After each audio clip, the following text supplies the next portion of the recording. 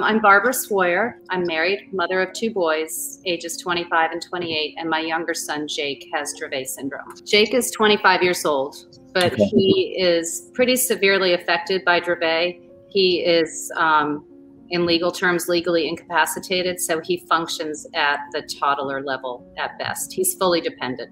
Mm-hmm. And what has been your experience trying to transition to the adult side? The challenge for me was trying to find, again, those 2 buckets, neurology and primary care, my biggest concerns. Mm-hmm. And it's taken me, well, he's 25. It's taken me 7 years to actually make a move. And part of the reason behind that is because I didn't feel there was anybody to move to. We kept coming up empty-handed, where there would be maybe a practice that would take a complex care patient, but the practice was full and didn't have a waiting list. Or there would be a bridge between, say, a pediatric hospital and an adult hospital, but at that adult hospital, there was nobody familiar with Dravet syndrome.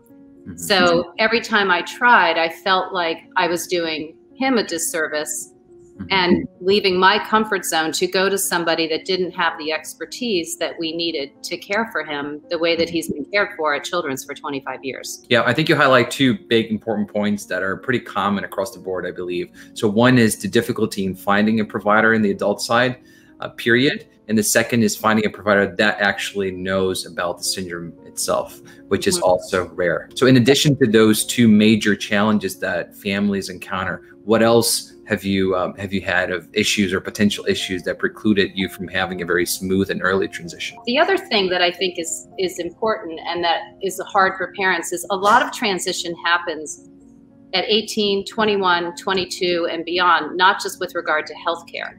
So you remember that parents are seeking guardianship, parents are leaving the school system, parents are trying to figure out the future of their child, where's the funding, who is going to care for the child, where are they going to live. So all of that happens at the same time. And I think part of it by default is parents sort of put the easier thing to put on the back burner, which in my case was leaving the comfort of the hospital that I had known. So that was a big factor in it. There's also a big difference, I think, even when it comes to transition teams, between aging out with a medically complex child and aging out with a fully dependent, incapacitated child.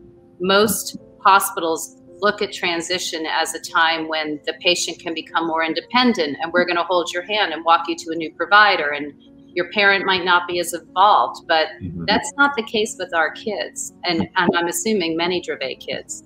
Right. So I think there's that extra level of complexity that just adds to the burden of trying to move to a provider, never mind finding a provider who knows your child well and knows the disease well. If you were to have a take-home message addressed to adult neurology residents and providers out there, what would you tell them and us? One thing I would say is it's been really nice. I mean, I feel lucky because I live in Boston, so I've had choices and options. But that being said, even my move of transition was to a pediatric Dravet specialist, which was sort of counterproductive to the whole process.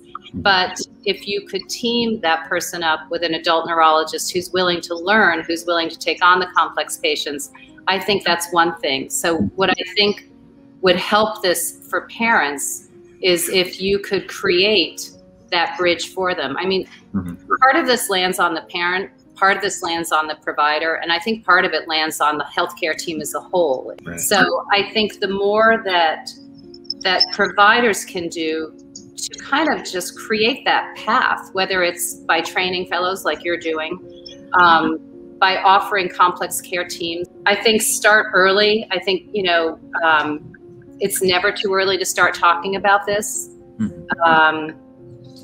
I love the idea of teaming pediatric Dravet specialists with adult neurologists. It's so important for providers to be thinking of this, but it's so important that they're thinking about the big picture for families too, not just the neurology appointment. Right. Because these kids have comorbidities, they have adult issues.